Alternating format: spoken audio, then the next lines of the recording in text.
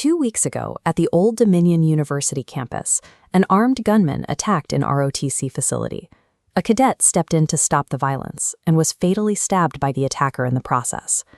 While communities are grappling with these lethal physical threats, the national press is facing intense scrutiny for how they cover them.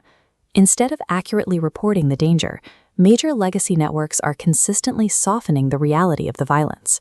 Look at this diagram showing how editorial framing works.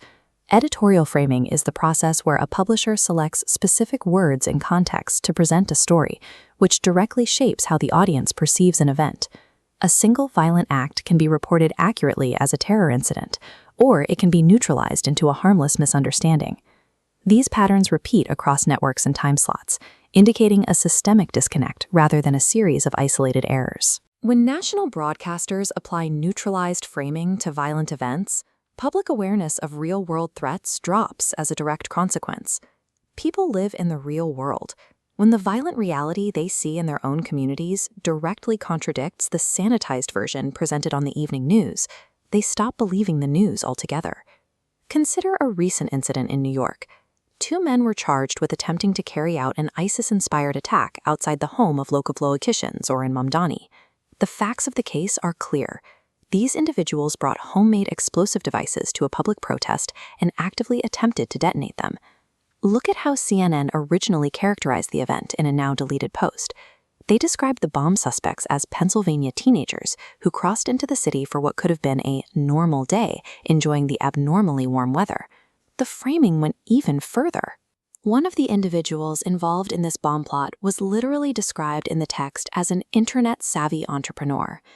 Major publishers apply this same linguistic pattern to high-ranking foreign military adversaries.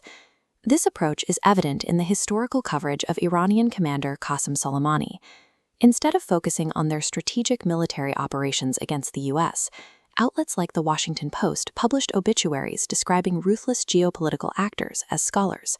They are remembered as men with an easy smile who simply liked poetry and literature. Framing an attacker as an entrepreneur or a hostile commander as a poet removes the threat from the narrative. When the press romanticizes dangerous figures, they function as unpaid state propaganda for adversaries, leaving the domestic public completely blind to the real risks.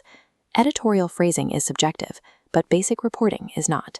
Recently, this systemic disconnect jumped from questionable word choices to a complete failure in basic fact-checking. A network commentator went on national television and confidently claimed that Secretary of Defense Lloyd Austin had personally spent $15 million in a single month on ribeye steaks and lobster tails for his own consumption. The commentator pushed the narrative further, claiming that while the secretary dined on luxury seafood, troops deployed in the field were stuck eating MREs. MREs, or meals ready to eat, are self-contained individual field rations issued by the military to service members in combat zones. The math and the logic were entirely backwards. That $15 million in premium food was procured directly for the troops. The soldiers themselves debunked the broadcast immediately. Dozens of active duty troops uploaded videos to social media showing themselves eating the exact steak and lobster meals right before deploying to their posts. A nationally syndicated anchor broadcast a completely fabricated story about the United States military because he didn't do a 15-second internet search. That is a mechanical failure of the journalistic process. The scale tracks the widening gap between slow reporting cycles and the rapid verification power of the internet. This creates a research deficit, where a traditional news organization's verification speed falls behind the real-time fact-checking capabilities of the online public. When the institutional research deficit and the pattern of sugarcoating threats occur simultaneously, they create a massive information vacuum. People realize they are no longer getting the whole story. Viewers recognize when a network fails to verify basic financial records or frame physical threats accurately. When primary sources fail, the public abandons them and seeks out raw, unfiltered data online.